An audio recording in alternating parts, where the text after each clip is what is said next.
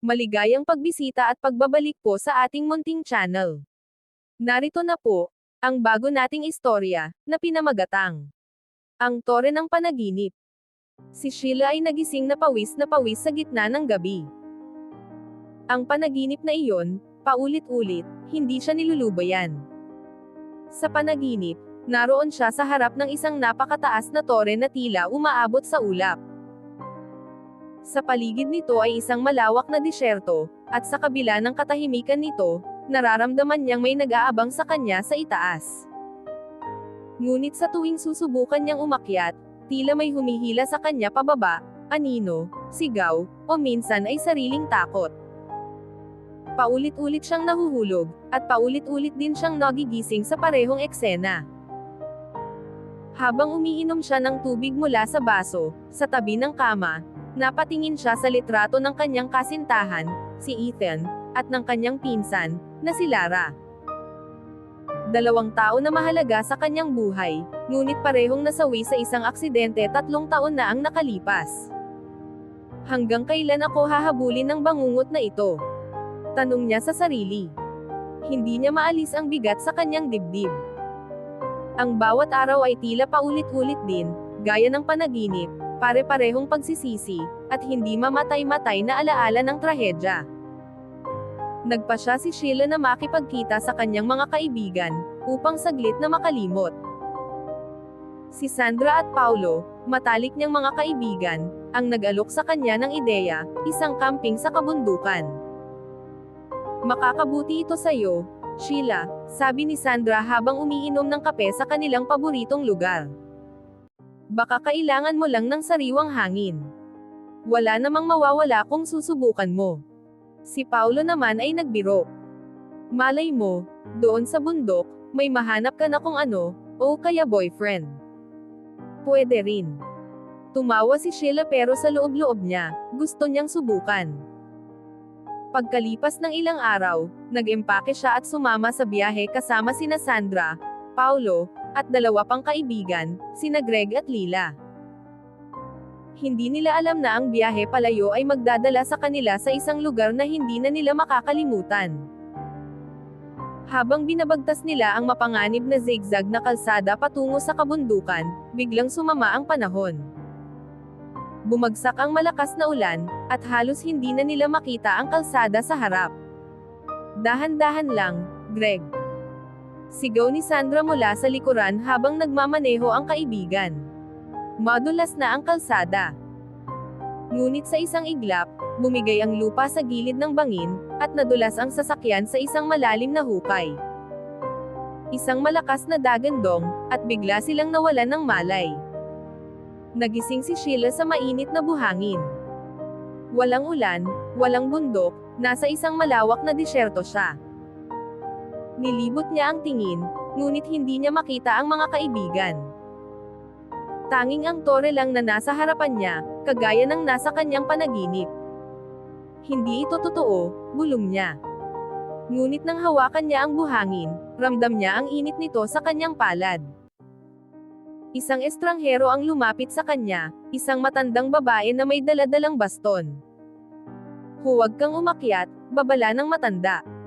Walang bumabalik mula riyan ng buhay. Ngunit bago pa siya makapagtanong, nagising din ang kanyang mga kaibigan sa paligid. Ang tore ay tila nananawagan hindi lamang kay Sheila, kundi sa kanilang lahat. Nagtipon ang grupo upang alamin kung paano sila nakarating sa lugar na iyon. Si Greg, na palaging may plano, ang nagmungkahing akyatin ang tore. Baka ito ang daan palabas. Si Sheila ay nanatiling tahimik. Alam niyang nakita na niya ang tore na ito, pero hindi niya alam kung paano. Sa huli, pumayag siya. Isa-isa silang pumasok sa tore, ngunit sa bawat hakbang pataas, tila nagbabago ang lugar. Ang hagdan ay biglang naging madilim, at ang bawat tunog ng kanilang yabag ay naririnig sa paligid. Nararamdaman ni Sheila ang kilabot, ngunit patuloy pa rin siyang umakyat.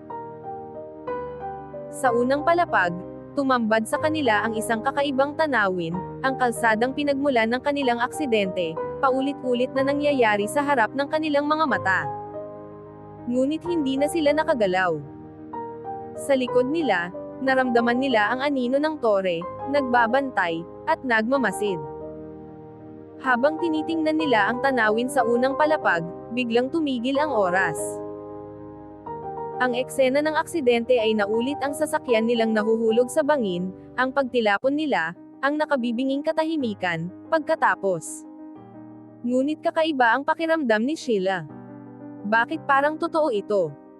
Tanong niya habang pinagmamasdan ang sarili sa eksena, na pilit na kumakawala mula sa sasakyan. Hindi ito posible, sabi ni Paulo. Paano natin ito nakikita? Parang pelikula. Ngunit bago pa nila maunawaan, biglang nagdilim ang paligid, at nagising silang muli sa buhanginan sa paanan ng tore. Ano ang nangyayari? Bakit tayo bumalik dito? Tanong ni Sandra, halatang natatakot. Walang makasagot.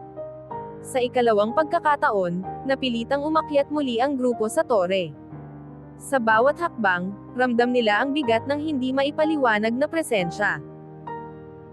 Sa pagkakataong ito, iba na ang tanawin sa unang palapag, isang napakalaking salamin na nagpapakita ng bawat isa sa kanilang mga takot, kasalanan, at sikreto. Si Sheila ang unang lumapit sa salamin. Nakita niya ang sarili, umiiyak habang hawak ang litrato nina Ethan at Lara. Hindi ko sila nailigtas. Bulong niya. Walang sisihan dito, sabi ng isang boses mula sa kawalan. Ngunit lahat kayo ay may pananagutan. Lumingon si Sheila, ngunit wala siyang makita. Nagkatinginan silang lahat, hindi lamang ito simpleng tore. Isa itong patibong na nilikha upang ilabas ang kanilang pinakamalalim na takot. Sa ikatlong pagkakataon, muling napunta ang grupo sa disyerto, at nagtataka.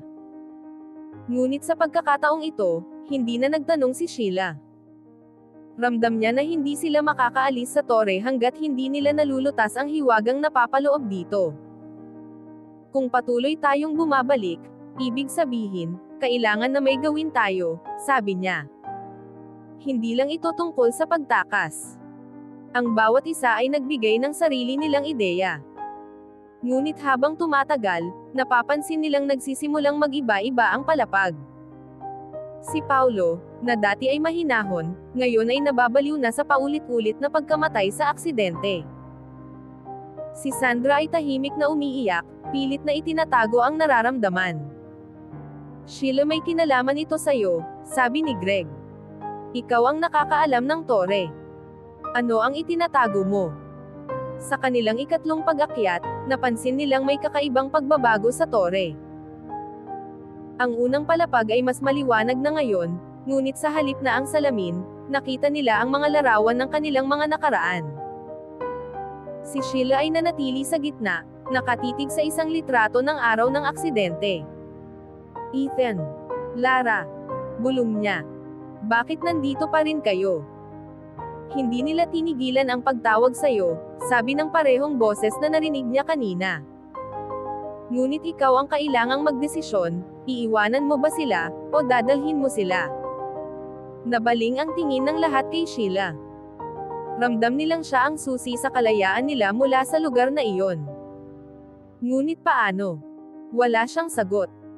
Sa kanilang ikaapat na pagbalik, si Sheila ay tila nawalan na ng pag-asa. Ngunit isang ideya ang pumasok sa kanyang isipan.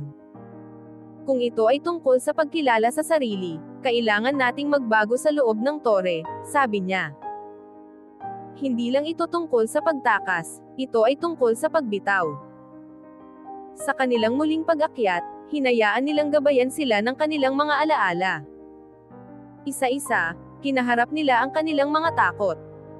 Ngunit sa pagkakataong ito, hindi na umikot ang oras pabalik sa simula. Sa halip, ang tore ay nagbukas ng bagong pintuan, at sa likod nito ay isang madilim na hagdan paakyat. Sheila, ikaw ang magdesisyon, sabi ni Sandra. Ang hagdan sa likod ng pintuan ay tila walang katapusan. Ang bawat hakbang ay nagdadala ng malamig na simoy ng hangin, at ang bawat tunog ng kanilang mga yabag, ay tila may sumasabay na malalalim na buntong hininga. Sheila, sigurado ka ba sa ginagawa natin? Tanong ni Greg habang nag-aalangan. Wala tayong ibang pagpipilian, sagot ni Sheila. Hawak ang pendulum necklace na tila nagbibigay sa kanya ng lakas. Pagkarating nila sa dulo, isang malawak na silid ang bumungad sa kanila. Sa gitna nito ay isang orasan na may umiikot na mga kamay, ngunit hindi ito tumutukoy sa oras. Sa halip, ang mga kamay nito ay tumigil sa iba't ibang eksena ng kanilang mga buhay, bawat isa'y nagpapakita ng pinakamadilim nilang alaala. Ang boses na narinig nila noon ay muling nagsalita. Ang tore ay hindi para sa mga mahihina. Ang tore ay para sa mga naghahanap ng katotohanan. Lumingon si Sandra, nakatitig sa eksena ng kanyang pamilya. Nakita niya ang araw na iniwan niya ang kanyang ama sa ospital, hindi man lang nagpaalam. Si Paulo naman ay nakita ang araw na iniwan niya ang kanyang asawa matapos ang isang matinding pagtatalo. Ngunit kay Sheila, ang eksena ay pamilyar, ang araw ng aksidente. Nakita niya si Ethan at Lara sa sasakyan, masaya silang nagkukwentuhan, habang siya ay nakatingin sa cellphone, hindi inintindi ang sinasabi ni Ethan. Hindi ko sila napansin, bulong niya. Ang tore ay nagpapakita ng inyong mga pagkakamali, sabi ng boses. Ngunit hindi dito nagtatapos. Ang tanong ay, handa ba kayong itama ito? Ang orasan ay biglang huminto, at sa ilalim nito ay isang makintab na pluma. Lumapit si Sheila, ngunit pinigilan siya ni Paulo. Sheila, baka patibong ito. Kung patibong man o hindi, kailangan nating subukan, sagot niya. Hinawakan ni Sheila ang pluma, at biglang nagbago ang paligid. Lahat sila ay bumalik sa oras ng aksidente. Ngunit sa pagkakataong ito, alam ni Sheila ang mangyayari. Habang minamaneho ni Ethan ang sasakyan, pinilit ni Sheila na makipag-usap sa kanya. Ethan, maghinay-hinay ka. Huwag kang magmadali. Nilingon siya ni Ethan, nginitian, at tumango. Ngunit sa kabila ng pagsisikap ni Sheila, dumulas pa rin ang sasakyan, at nahulog sila sa bangin. Sa kabila ng kanyang mga pagsisikap, patuloy na bumabalik si Sheila, sa parehong eksena. Sa bawat pagbabalik, may ginagawa siyang bago, binabalaan si Ethan, pinapababa si Lara sa sasakyan, o sinusubukang tumigil. Ngunit laging nauuwi sa parehong trahedya. Sheila, hindi mo mababago ang nakaraan, sabi ng boses mula sa tore. Kung hindi ko ito mababago, ano ang silbi nito? Sigaw niya, naluhaan. Hindi ito tungkol sa pagbabago, sagot ng boses. Ito ay tungkol sa pagtanggap. Sa wakas, isang bagong pinto ang nagbukas sa harap nila. Sa loob nito ay nakita nila ang kanilang mga sarili, bawat isa ay masaya, payapa, at walang alinlangan. Ang tore ay hindi lugar ng kamatayan. Isa itong daan patungo sa kapatawaran, sabi ng boses. Ngunit ang kapatawaran ay hindi mula sa amin, ito ay mula sa inyong mga sarili. Lumingon si Sheila sa grupo, at lahat sila ay tumango. Isa-isa nilang hinarap ang kanilang mga kasalanan, tinanggap ang kanilang mga pagkukulang, at nagpasalamat sa pagkakataong mabuhay muli. Ang tore ay biglang lumiwanag, at unti-unting naglaho ang madilim na paligid. Sa huling pagkakataon, nakita ni Sheila, sina Ethan at Lara, nakangiti, bago tuluyang mawala. Mula sa nakakasilaw na liwanag, biglang bumalik ang grupo sa paanan ng tore. Ang nakakatakot na paligid ay tila naglaho, at ang madilim na kagubatan ay napalitan ng banayad na liwanag ng araw. Naramdaman ni Sheila ang malamig na hangin sa kanyang mukha, at biglang gumaan ang kanyang pakiramdam. Natapos na ba? Tanong ni Paulo, na patingala sa tore na ngayon ay tila lumang gusali na lamang, walang anumang bakas ng mahiwagang kapangyarihan. Hindi ko alam, sagot ni Sandra, na hawak pa rin ang pendant na nakuha niya mula sa loob ng tore. Pero parang may nagbago.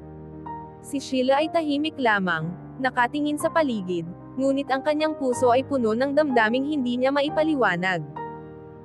Parang nabunutan siya ng tinik na matagal nang nakabaon. Habang naglalakad sila palayo sa tore, Nagsimula silang mag-usap tungkol sa mga naranasan nila. Hindi ko alam kung totoo ba ang lahat ng iyon o panaginip lang, sabi ni Paulo. Pero isang bagay ang sigurado, mas naiintindihan ko na ang sarili ko. Ganoon din ako, dagdag ni Sandra. Parang ang dami kong kailangang ayusin sa buhay ko. Si Sheila ay nanatiling tahimik. Naisip niya ang paulit-ulit na eksenang pinanood niya sa tore, kung saan pilit niyang nililigtas sina Ethan at Lara. Sa kabila ng lahat ng kanyang pagsisikap, wala siyang magawa. Ngunit ngayon, unti-unti niyang naiintindihan ang sinabi ng tore, hindi ito tungkol sa pagbabago ng nakaraan, kundi sa pagtanggap at pagpapatawad. Habang nagpapahinga sila sa gilid ng isang ilog, napansin ni Sandra na ang pendant na nakuha niya mula sa tore ay kumikislap. Lumapit siya kay Sheila at ipinakita. Sheila, tingnan mo ito. Parang pamilyar ang disenyo nito, sabi niya. Kinuha ni Sheila ang pendant at pinagmasdan ito ng mabuti. Tila may ukit na simbolo dito nakahawig ng pendulum necklace na hawak niya sa tore. Sa tingin ko, may kaugnayan ito sa tore. Baka hindi pa tapos ang lahat. Paano kung ito ang susi sa totoong layunin ng tore? Tanong ni Paulo. Nagdesisyon silang bumalik sa bayan upang magtanong tungkol sa tore. Dinala nila ang pendant sa isang lokal na dalubhasa sa kasaysayan, si Rivera. Ang pendant na ito ay bahagi ng isang sinaunang kwento tungkol sa tore, paliwanag ni Rivera habang binubuksan ang kanyang mga lumang tala.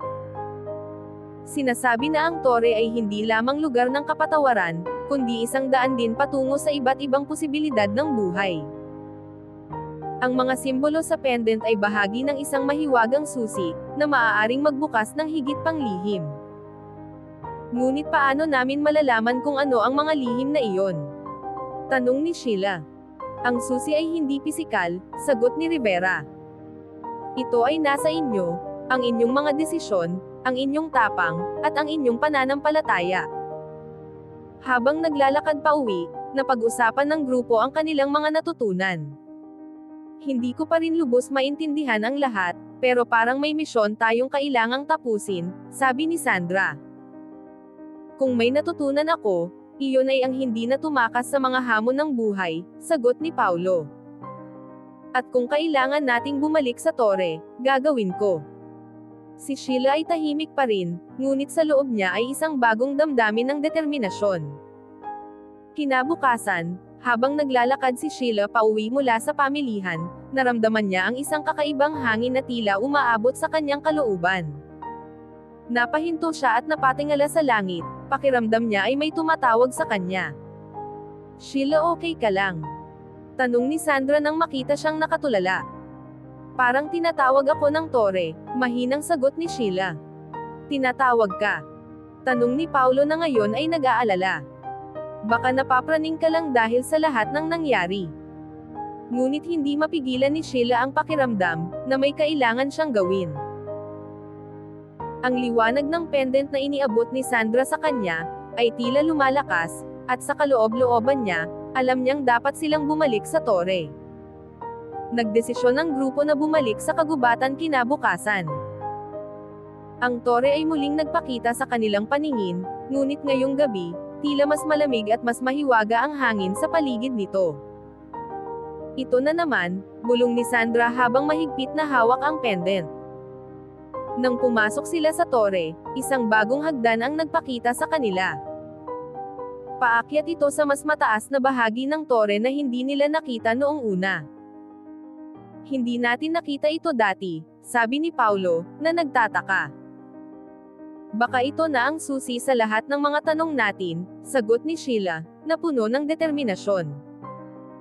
Sa pinakatuktok ng tore, natagpuan nila ang isang silid na puno ng mga salamin.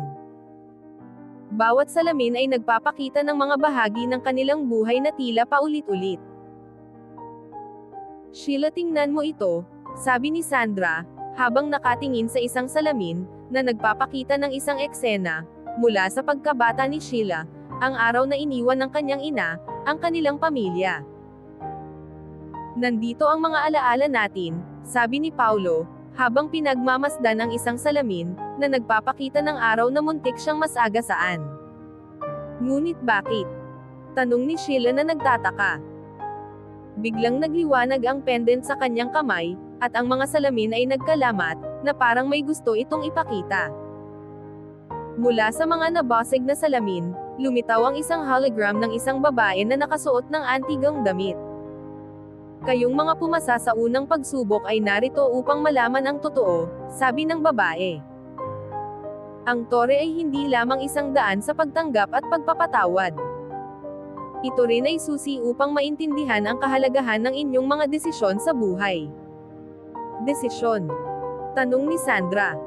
Bawat buhay ay may landas na maaaring magbago dahil sa bawat hakbang. Ang pendant na hawak mo, Sheila, ay simbolo ng iyong kakayahang piliin ang tamang daan. Matapos ang mensahe ng babae, ang tore ay biglang yumanig. Napahawak ang grupo sa mga dingding habang ang buong paligid ay umiikot. Sheila, anong nangyayari? Sigaw ni Paulo. Hindi makasagot si Sheila, ngunit ang pendant sa kanyang kamay ay biglang lumiwanag ng husto, at sa isang iglap, natagpuan nila ang kanilang mga sarili pabalik sa unang araw ng kanilang paglalakbay. Hindi. Bumalik tayo sa umpisa. Sigaw ni Sandra. Ngunit ngayon, alam nilang may dapat silang baguhin, isang desisyon na magtatama sa lahat ng pagkakamali, at magbibigay ng bagong liwanag sa kanilang mga buhay. Nang magkamalay si Sheila, nakita niya ang sarili sa parehong lugar kung saan sila nagsimula, ang paanan ng kagubatan, sa harap ng tore. Kasama niya sina Paulo at Sandra, parehong gulat at litong-lito. Hindi ba't nangyari na ito? Tanong ni Sandra habang tumitingin sa tore. Oo, pero iba na ngayon, sabi ni Sheila, may alam na tayo na hindi natin alam noon. Napansin nilang ang pendant na hawak ni Sheila ay nagbabago ng kulay, tila may itinuturo sa tore. May paraan upang matapos ito. Pero kailangan nating malaman kung ano ang kailangang baguhin, sabi ni Sheila, puno ng determinasyon. Habang umuusad sila sa tore, napansin nilang iba na ang itsura nito. Ang mga pintuan at hagdan na dinaanan nila noon ay naglaho, pinalitan ng mga kakaibang simbolo at mahiwagang ilaw. Parang sinusubok ulit tayo ng tore, sabi ni Paulo. Sa isang sulok, nakita nila ang isang inskripsyon na nakaukit sa pader. Ang kalayaan ay nasa tamang pagpili. Ngunit hindi lahat ng daan ay nagdudulot ng liwanag. Ibig sabihin, bawat desisyon natin ngayon ay mahalaga, sabi ni Sandra habang sinusuri ang mga inskripsyon. Sa kalagitnaan ng kanilang paglalakbay, isang pintuan ang biglang bumukas sa kanilang harapan. Sa loob nito, nakita nila ang isang masakit na tagpo mula sa nakaraan ni Sheila. Ang araw na iniwan siya ng kanyang ina. Sheila, ito ang araw na iyon, bulong ni Paulo. Habang pinagmamasdan ni Sheila ang eksena, napansin niyang may ibang detalye na hindi niya maalala dati, ang kanyang ina ay may hawak ding pendant na kamukha ng nasa kanya ngayon. Paano nangyari ito? Tanong ni Sheila na naluluha. Baka ang pendant na hawak mo ay may koneksyon sa nakaraan mo, sabi ni Sandra. Habang patuloy silang umaakyat sa tore, mas dumadalas ang pagpapakita ng mga alaala, hindi lamang kay Sheila kundi pati na rin kay Paulo at Sandra. Napagtanto nila na ang tore ay hindi lamang tungkol sa kanila. Sheila, may nakita akong kaparehong tore sa isa sa mga alaala ko, sabi ni Sandra. Ganun din ako, dagdag ni Paulo. Ang tore ay tila bahagi na ng ating mga buhay kahit noon pa. Napagtanto nila ang tore ay isang lugar ng pagsubok. Isang lugar kung saan ang kanilang mga desisyon sa nakaraan ay sinusuri, upang matukoy ang kanilang mga landas sa hinaharap. Sa wakas, narating nila ang pinakatuktok ng tore. Sa harapan nila ay isang malaking pinto na may 3 kandado. Ang pendant ni Sheila ay nagningning at naging susi para buksan ang unang kandado. 2 pa, sabi ni Sandra. Ang mga susunod na kandado ay nakadepende sa inyo, sabi ng isang boses mula sa kawalan. Ang inyong mga puso at intensyon ang magpapasya kung makakawala kayo sa tore o paulit-ulit na mabubuhay sa nakaraan. Nagpalitan ng tingin sina Paulo, Sandra, at Sheila. Alam nilang ang huling desisyon ay magbabago ng lahat. Habang nakatayo sa harap ng ikalawang kandado, isang mahiwagang liwanag ang lumukob sa tore. Sa kanilang harapan ay biglang lumitaw ang tatlong pintuan. Isa sa mga pintuang ito ang magbubukas sa susunod na kandado, sabi ni Sheila, hawak ang pendant na unti-unting humihina ang ningning. Pero paano natin malalaman kung alin ang tama? Tanong ni Paulo. Lumapit si Sandra sa unang pinto at nakita niyang may nakasulat dito. Ang iyong kahinaan ay ang iyong kalakasan. Baka ito ang pinto para sa akin, sabi ni Sandra, na may alinlangan sa boses. Ang pangalawang pinto naman ay may inskripsyon na nagsasabing, ang liwanag ay hindi palaging liwanag. Hindi ko maintindihan, pero parang ito ang para sa akin, sabi ni Paulo. Sa ikatlong pinto ay nakasulat, ang nakaraan ay susi sa kasalukuyan. Napatingin si Sheila sa pendant. Napagtanto niyang ito ang pintong kailangan niyang pasukin. Sa loob ng ikatlong pinto, natagpuan ni Sheila ang sarili sa isang lugar na puno ng mga salamin.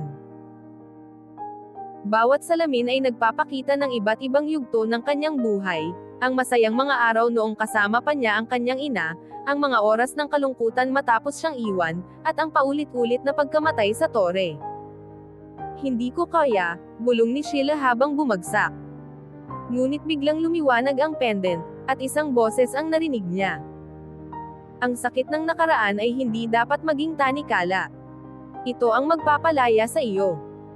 Tumayo si Sheila at tumingin sa mga salamin.